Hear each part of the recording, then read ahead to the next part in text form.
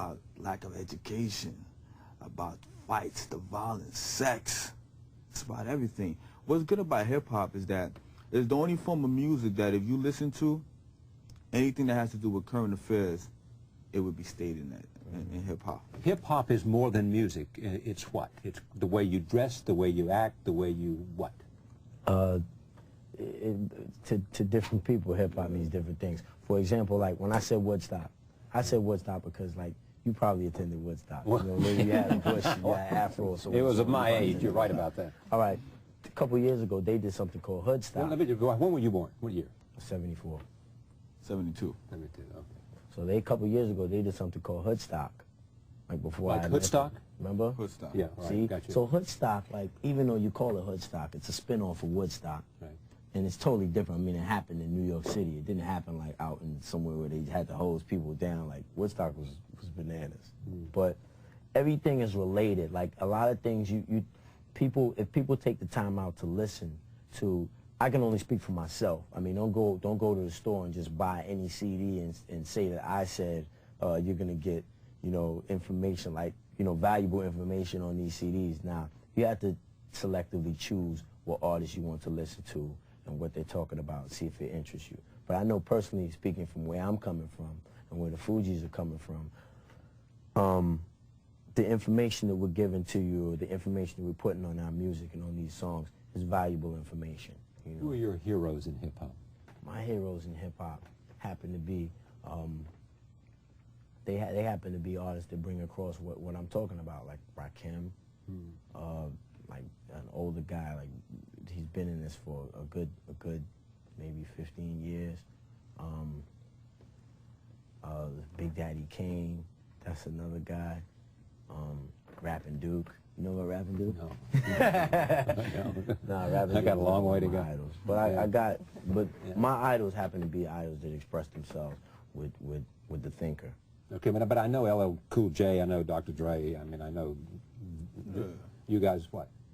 You shake your head saying what? Yeah, no, of course. Those, I mean, they're just peers to me. They're just peers to you. Peers. Yeah. These are not the guys that. To me, they're peers. Yeah, I come into the situation in another form of life. Like, I didn't get in this form of hip hop. I didn't decide to be an artist and have my voice on records to glamorize anything that was material. I'm in it for the intellect. That's why I'm in it. Like, if I wasn't doing this, I'd be wrapped up somewhere trying to figure out the rest of the Human Genome Project. That's what I'd be doing. What don't you like about it? About hip-hop? Yeah. What is it that you say, man, those guys are giving hip-hop a bad name? If that's what America thinks hip-hop is, then America is wrong, and they're wrong because that's not what we're about. I'm not mad at the guys who speak their minds and they talk about the turmoil and the struggle that they go through, and they talk about negative things and so forth and so on, because that's necessary. You have to have left in order to have right, black to have white. You need the differences so you can compare the distance between. That's very important. So I'm not mad at what they do and what they say. The part that disturbs me the most is when they speak louder than the other side. You know, you got to give everybody equality and you got to have the balance. Like, don't just take a clip out of a movie that is totally just upsetting to people and then show it. You know, everybody come see this movie and show that part. Yeah. Like, show a balance. That's what I think. I think that's what upsets me. Basically, my problem with hip-hop is the fact that the majority of the people who's getting into it or who's hearing about it, who's not necessarily in it, don't fully understand it. They get the wrong perception about what hip-hop is, because the ones that's not really representing hip-hop are the loudest. Exactly. Okay. Where is it going? Is it going to be 2 years now, year 2000? Hip-hop will be bigger than ever? Hip-hop will be bigger than ever. Part of the mainstream? Hip-hop will be what? Hip-hop will be bigger than ever. I think that hip-hop is going to be crossing over into the alternative and the pop. I mean, it already has, but it's funny now, the alternative bands and the pop bands are using hip-hop beats and using hip-hop artists to produce their tracks. So it's definitely crossing over. And I think vice versa as well, but it's being accepted as a musical style and a musical approach, and I think that'll be vast. It's not going anywhere as once expected. Conflict. You know, all of us who read journalistic accounts, not musical accounts of hip-hop, read about struggles between East and West and assassinations and all of that. Give me some insight on that.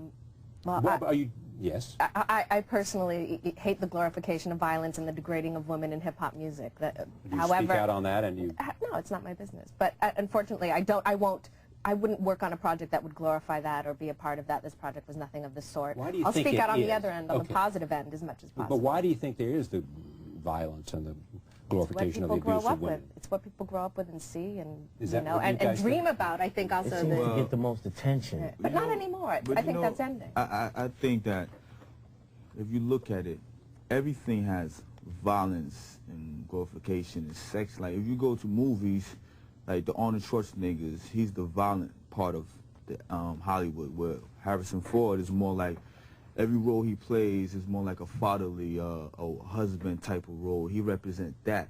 That's what hip-hop is. Hip-hop is different sectors. You got like the Fugees. We more like the conscious type of hip-hop, like the Canibus, where you had like, back then when you had Snoop and Tupac, it was more like the gangsterism of hip-hop. Now, some people can't decipher entertainment from life. It's almost like art imitating life, life imitating art. Some people just get carried away with it. But in all truth of the matter, it's really entertainment. You know, when you walk in and you go see Sylvester It's beginning to sound Stallone... like baiting. But it's true, though. I mean, when you walk in, you go see Sylvester Stallone blow up the whole planet. It's okay. You walk out, you know that it was a movie. Yeah, and then... But as soon as you say... Go ahead. Go ahead, finish No. what you said. Well, I mean, I know that that's true, and there are all kinds of violence that's being imitated by what people see in news accounts, what's going on, because they see that somebody walks into a schoolhouse with a shotgun or with an automatic rifle, and they think, well, gee, you know, that gives them an idea. That comes out of news, not out of entertainment.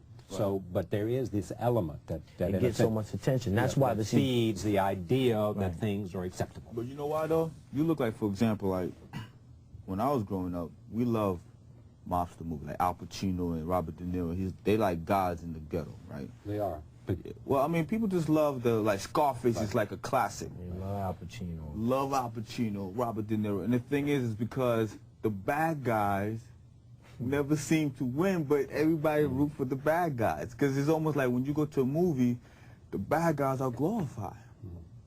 Part of that may be, I don't want to be too philosophical about this because I don't know, but it may be that the bad guys in those cases, they're against the system, and in the hood, a lot of the people feel like they're up against the system. Yeah.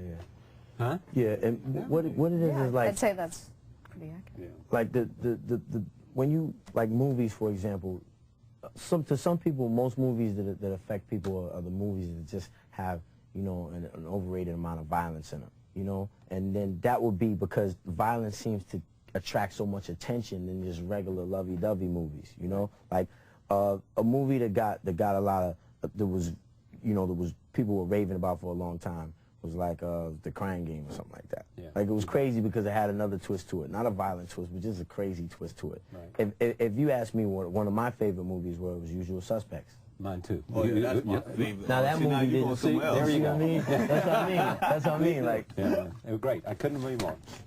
okay, all right. That's exactly right. I wish we could go on. You guys have been terrific, and so have you. Thank you very much. We enjoyed this. Bulworth, the soundtrack, has been the subject that led us to this discussion of hip hop and rap, and clearly, it is a voice of many and ought to be listened to. Thank you again. Pleasure. We'll be right back. Stay with us.